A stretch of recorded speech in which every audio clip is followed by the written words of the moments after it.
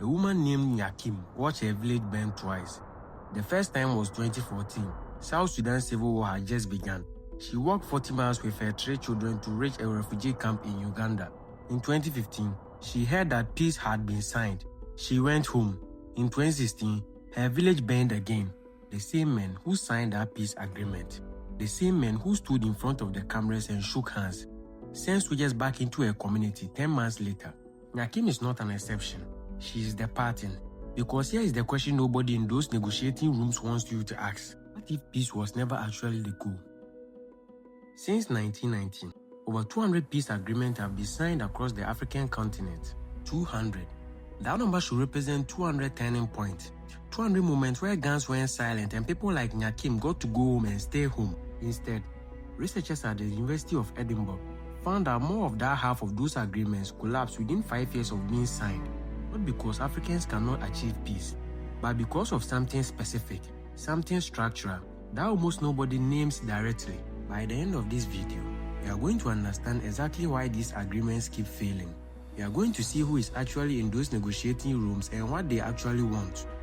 And at the end, we are going to name precisely who benefits every single time the guns refuse to go silent. Stay with me, because what we are about to show you will permanently change how you read every African conflict you will encounter from this moment forward.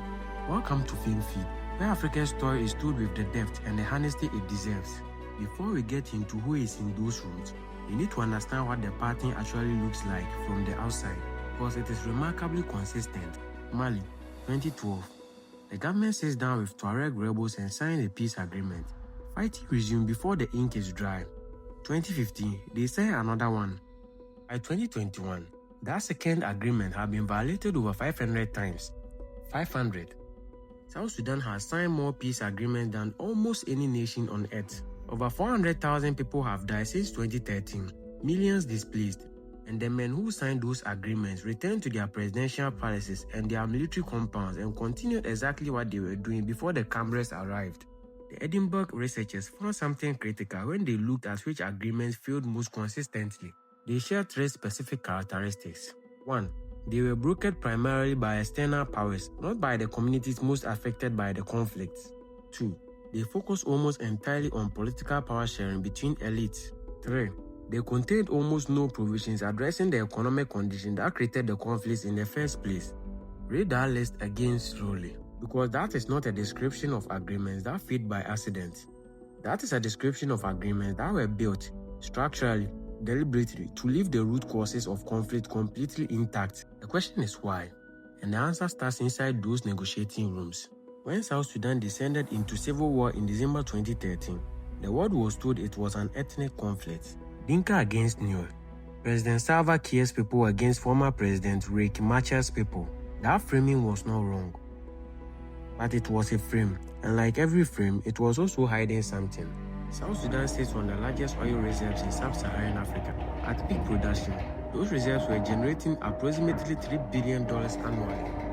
That money flowed through government structures controlled by a tiny political and military elite on both sides of the conflicts. Here is what almost nobody reported at the time.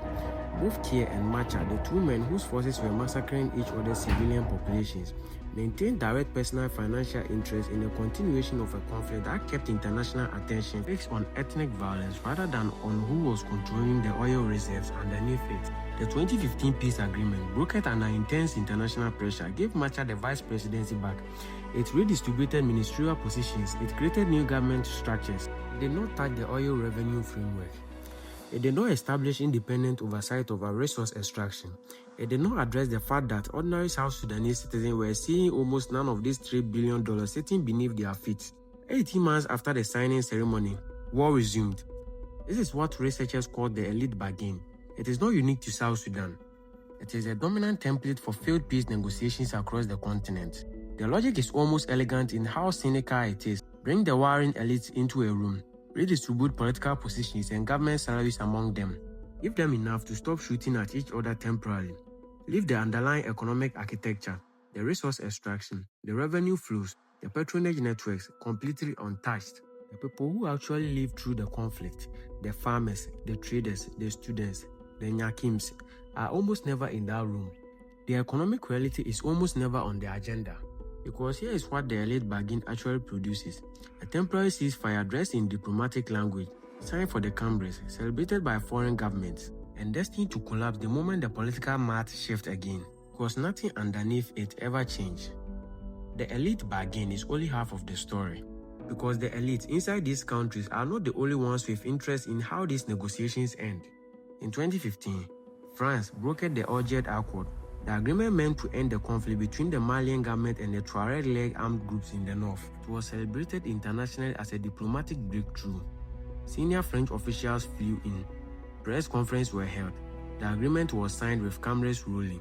Here is what was not in the press releases. France had maintained military forces in Mali since 2013 through Operation Server and its successor, Operation Barkhane. Those forces were operating specifically in the northern regions where the peace agreement was meant to apply. Those same northern regions contain significant concentration of gold and uranium, resources in which French corporate interests held substantial existing stakes. The Untouched Accord created new administrative frameworks for northern Mali. It established decentralization structures. What it did not create was any meaningful economic development program for the communities that had been generating conflict with crews for decades. By 2021, the agreement had effectively collapsed. Mali has since seen 2 military coups, the expulsion of French forces, and the arrival of Russian Wagner Group's contractors. The peace that France spent years brokering lasted 6 years and left the underlying conditions completely unchanged. Now here is the moment I told you at the beginning of this video. The thing that once you see it, you cannot unsee. The United States, France, Russia, China, the 4 largest arms exporters on earth, and the 4 most active external brokers of African peace negotiations. The same government selling weapons to the conflict parties are the government flying in to mediate the agreement meant to end those conflicts. That is not a coincidence. That is a conflict of interest so fundamental that it should disqualify every single one of them from the mediator's chair. And yet it is so normalized that it almost never gets mentioned in the coverage of these negotiations. The global arms trade generates approximately $100 billion annually. Africa represents a growing and increasingly significant share of that market. Every active conflict on the continent is an active market, and the people best positioned to extend that market, or to close it, are sitting at the negotiating table, calling themselves peacemakers. We have now established 2 things. Internal elite bargain for power while leaving economic structures intact. External powers mediate conflicts in which they have direct financial interest in the outcome. Every major failed peace agreement we have examined shares the same 2 absences. No serious economic provisions for ordinary people. No structural challenge to the interest, internal or external, that benefit from instability continuing. So here is the question this entire video has been building toward. Does African peace ever actually work? And if so, what does it look like when the brokers have no weapons to sell? The answer is yes. And the examples are not obscure. They are hiding in plain sight, and they share something so specific that it becomes impossible to dismiss as coincidence once you see it. Mozambique. The country's civil war ended in 1992. Through the Rome General Peace Accords.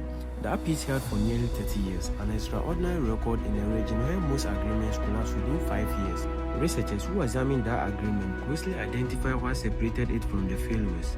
Community-level reconciliation processes ran parallel to the elite political negotiations, not as an afterthought, but a structural component of the agreement. Economic reconstruction provisions were central to the deal, not peripheral footnotes, and critically, the primary mediators were the Santikidio community, a Catholic-led organization based in Rome, with no arms export interest, no resource extraction stakes in Mozambique, no military bases to protect, no weapons to sell, no minerals to extract, no soldiers to justify keeping deployed. Their only incentive was for peace to succeed. And peace is what they achieved. This is not a theory, it is a pattern that holds across every case we have examined.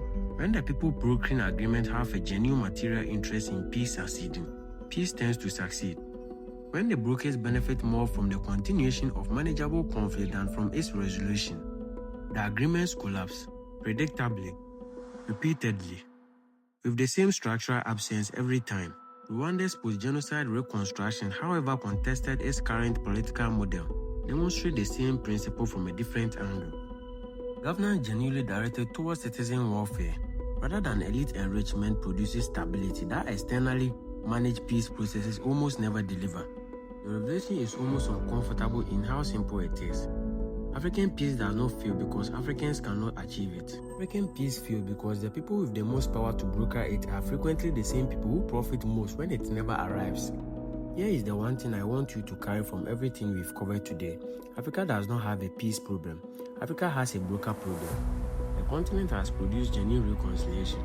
It has built functional institutions from the rubble to catastrophic violence.